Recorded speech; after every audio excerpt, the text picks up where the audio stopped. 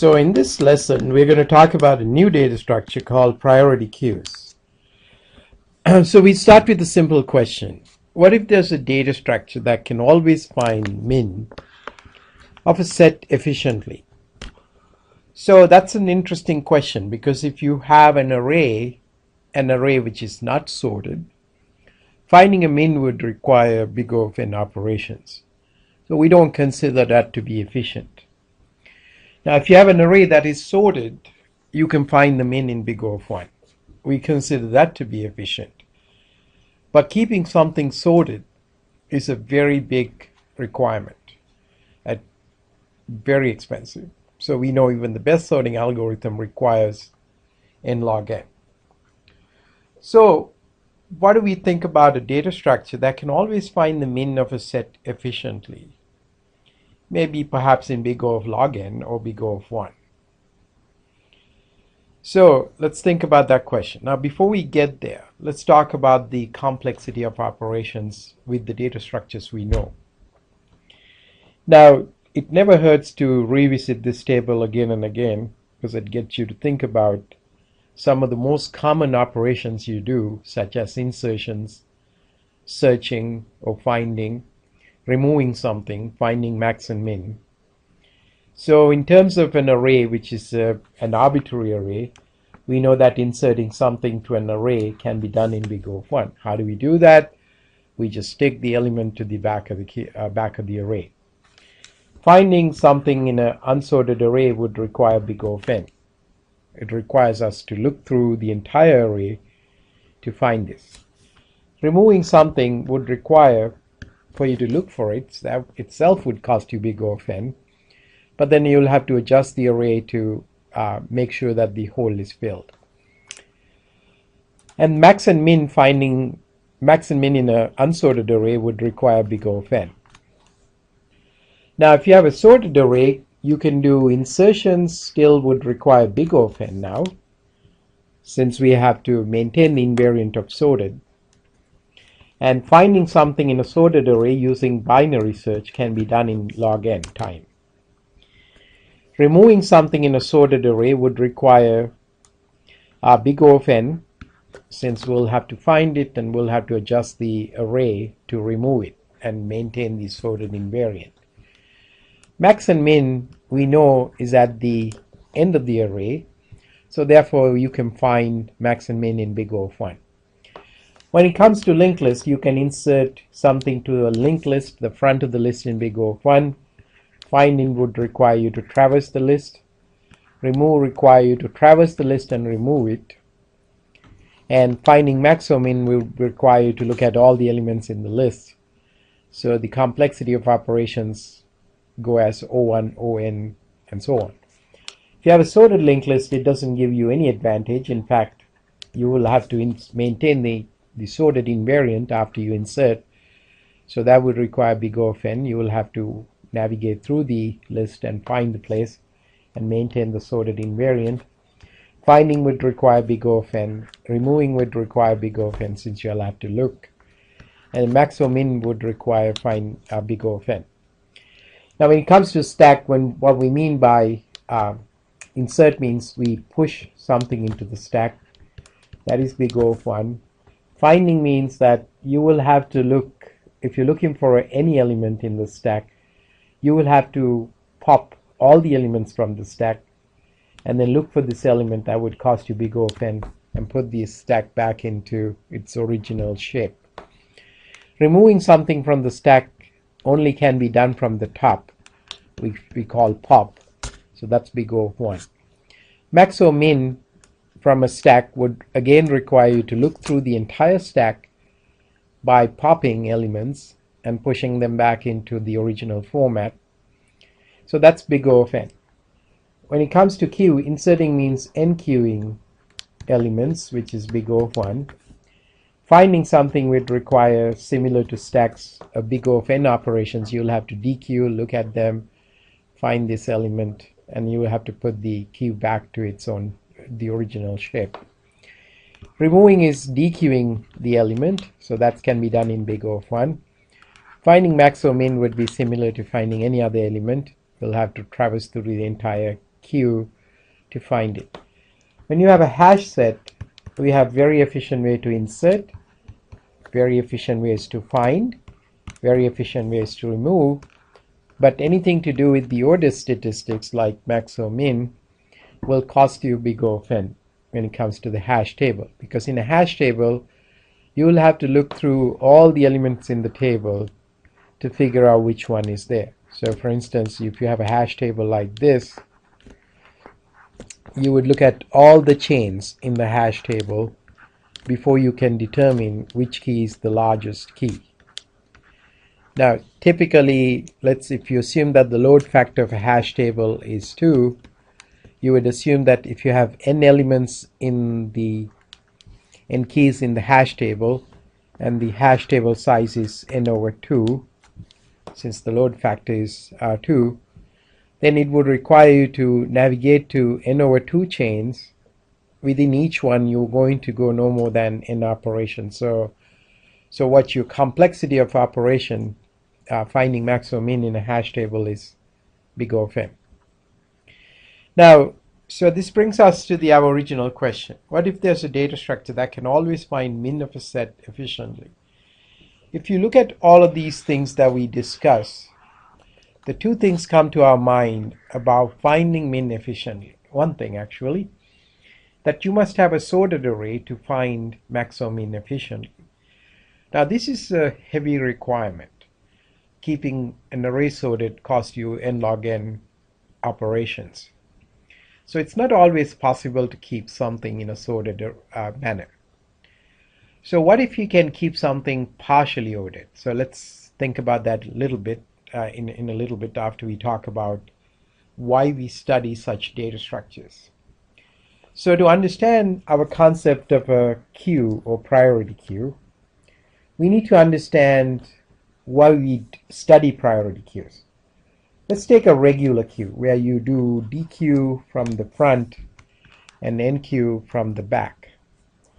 So let's assume that you have a grocery, you go to grocery store and you wait in the checkout counter, and there are people in front of you. Let's say the first person takes 20 minutes, second one 2 minutes, third one 10 minutes, the fourth one 5 minutes.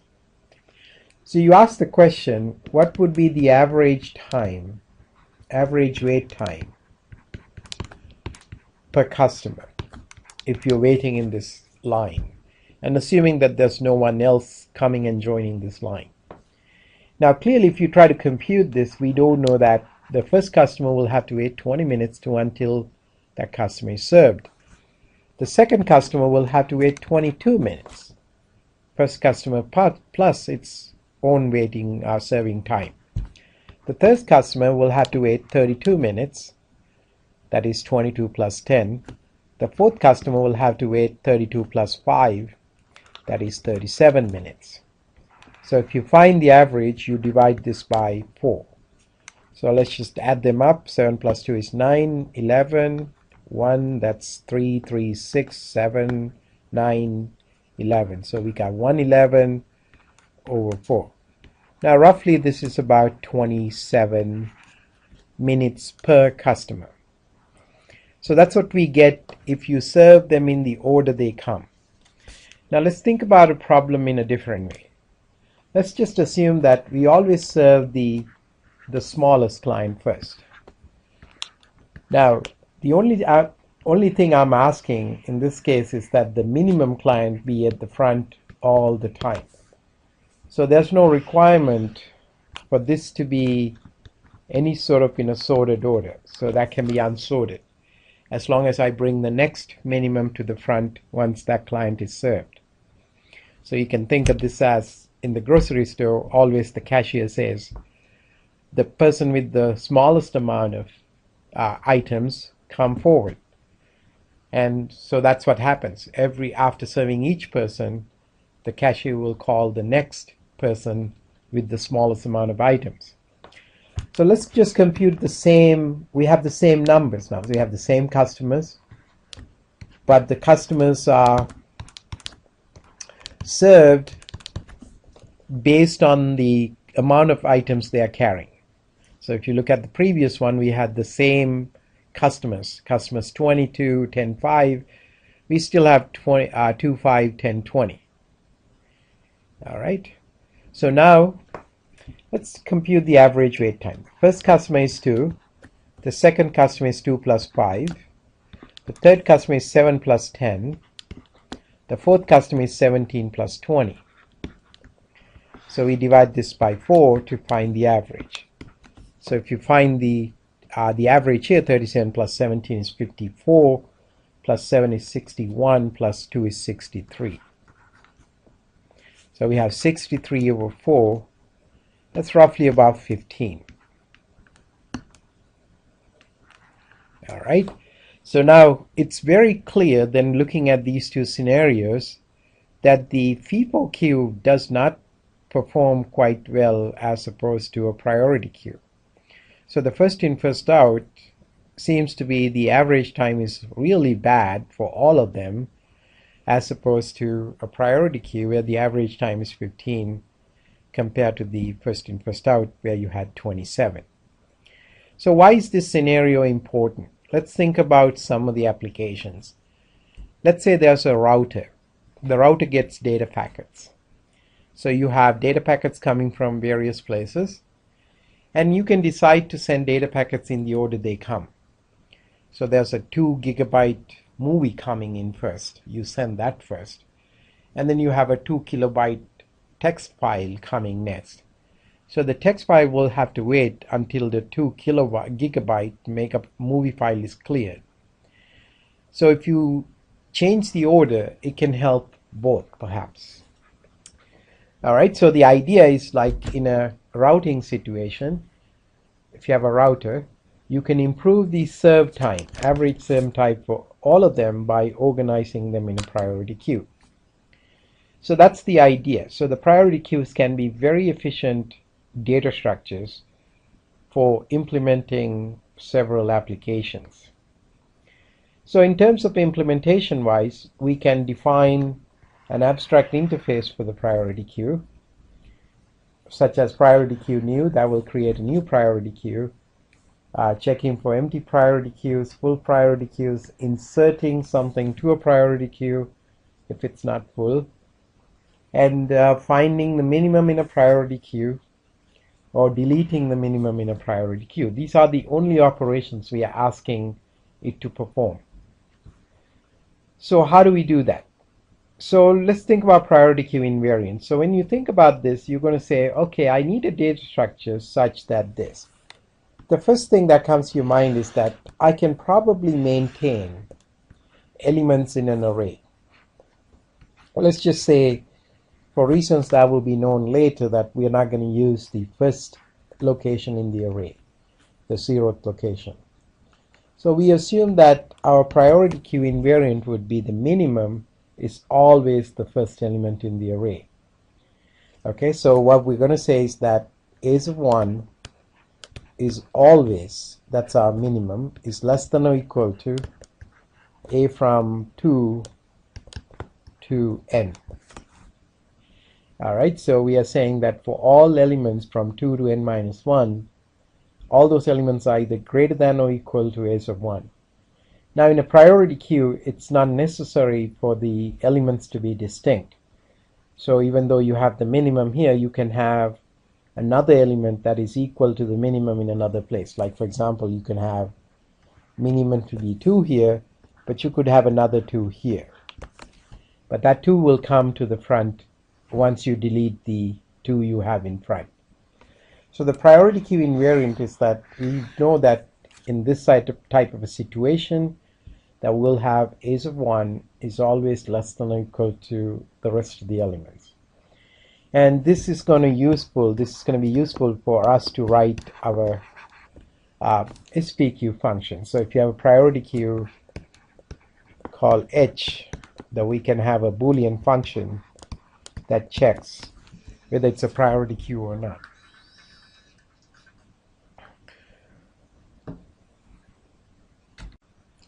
So let's think about the naive implementation of a priority queue using just a simple array.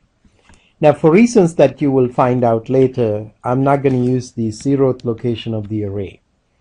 So I'm always going to assume that in my priority queue, the only invariant I need is that the minimum is the S of 1 element in the queue, priority queue. I do not care about the other elements. All the thing I know is that A1 is less than or equal to all the other elements from 2 to size minus 1. Now let's think about some of the complexity of operations when we do this. So let's say that you have a priority queue where you have a minimum element here, then the other elements are always greater than or equal to that minimum element. So you can have a 2 again. And so here's how your priority queue looks like.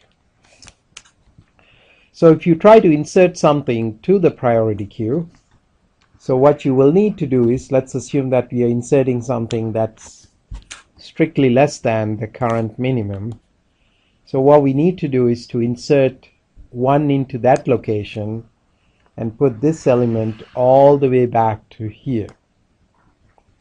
So we'll take the current minimum to the end and then insert the element 1 into that location. So that seems like a simple operation to do that can be done in big O of 1. We don't shift anything, we just swap 2 elements, we write the S of 1. Now if it comes to delete min, let's see what happens. Now here's the original priority queue, and I like to delete the minimum from the list. Now after you delete the min, obviously in order to maintain the priority queue invariant, you must find the minimum from the rest of the array. So that's going to cost you big O of n operations to do it, since they're not ordered. So let's just say that we found this to be the next minimum element, and then you will have to somehow send it here. But I think rather than creating a hole here, what I would do is I will swap these 2 elements. So I put the 2 here and the 5 here, and then I swap these 2 elements here, and so this 2 will come here now.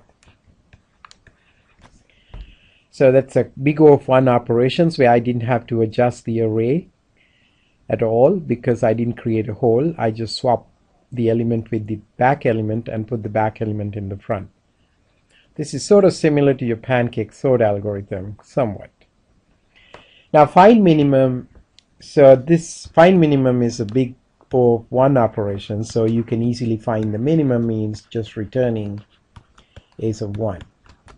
So find min can be done in big O of 1. So it seems like a simple array where you maintain the invariant that the minimum is at the front. Seems like a decent one, but except for the fact that delete min would cost you big O of n.